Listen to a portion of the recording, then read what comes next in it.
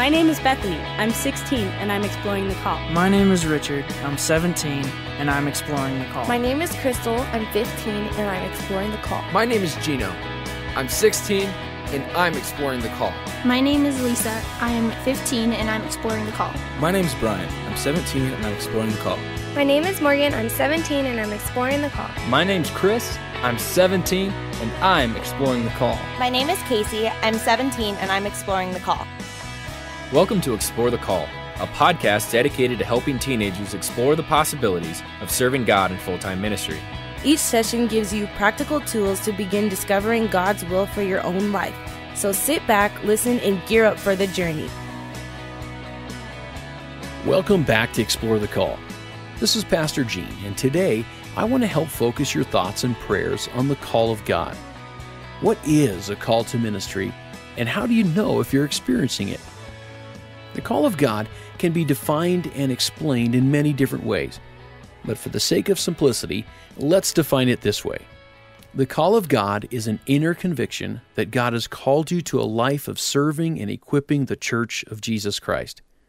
Well, now let's get practical and take a look at some important characteristics of the call of God in its working gloves.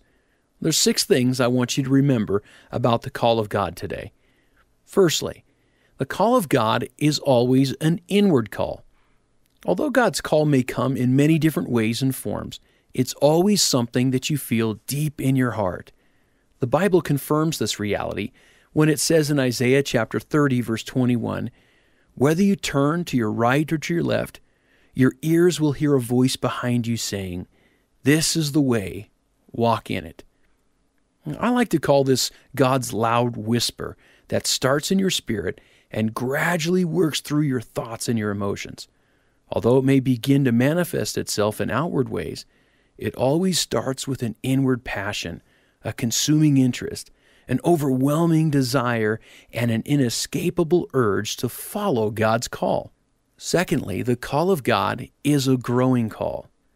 As the call of God takes root in your spirit, it begins to grow and mature from a curious interest to a growing passion and then to an inescapable conviction. The important thing to remember is that it gets stronger, not weaker. That is one of the things that may help you distinguish between a burden for ministry and a call to ministry. The call of God always grows with time. Let me give you an example. I witnessed this characteristic in my weekly meetings with a small group of young people who are also exploring the call of God to ministry.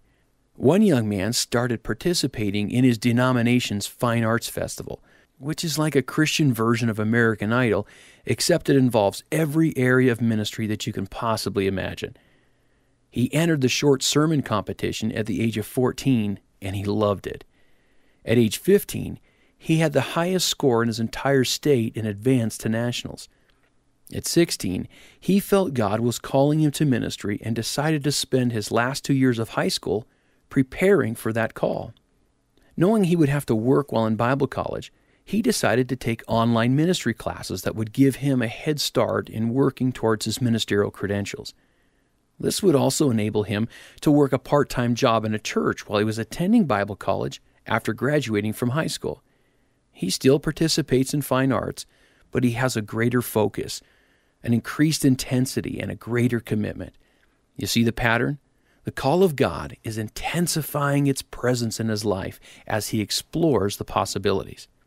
Thirdly, the call of God pulls one to involvement.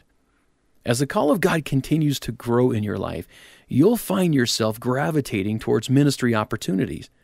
Most young people exploring the call of God find that they want to be involved in ministry and enjoy hanging out at their church. The call begins to both pull and push them towards various kinds of ministries. You may find yourself teaching a youth class or a children's class, helping in kids' church, serving on a worship team, or even leading outreaches. It's very common for young people to feel compelled to go on mission trips, to volunteer for devotional talks, or even take correspondence courses to start preparing and feeding their hunger for ministry. I see this time and time in a group of young people that I meet with. As the call develops in their lives, I begin seeing them everywhere that ministry takes place. On their own initiative, They seem to find ministry opportunities, whether it's in church services, youth meetings, at the altar praying with other kids, within the walls of the church or outside the walls of the church. They're wanting to be engaged. You might be experiencing this as well. If you are, don't worry. It's a good thing.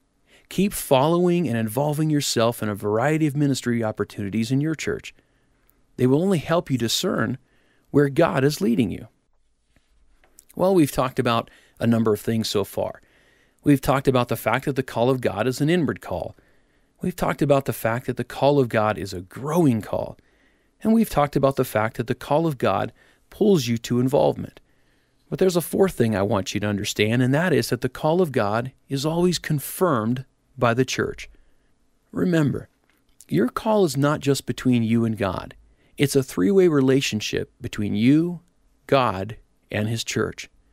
This is one of the ways that you can tell if God is calling you or not. If it is from God, it'll begin to be confirmed in small ways throughout your church. Now, this confirmation may be subtle at first. God may prompt people to notice your ministry gifts and affirm them. Ministry leaders may see something special in you and begin to involve you in their ministry. Opportunities for ministry within the church will begin to present themselves as God opens doors for you.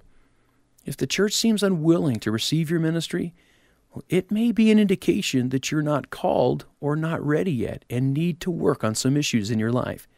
The point is that God will confirm your call through the church. Fifthly, the call of God is just what it implies, a divine commission from God. Now, the fact that your friends or parents may be in ministry does not mean that God is calling you to the ministry. Even if others say they believe that you are called to the ministry, that's just not good enough. A person who feels called to the ministry needs to know that God has given them an indisputable, undeniable, irresistible call to lifetime service.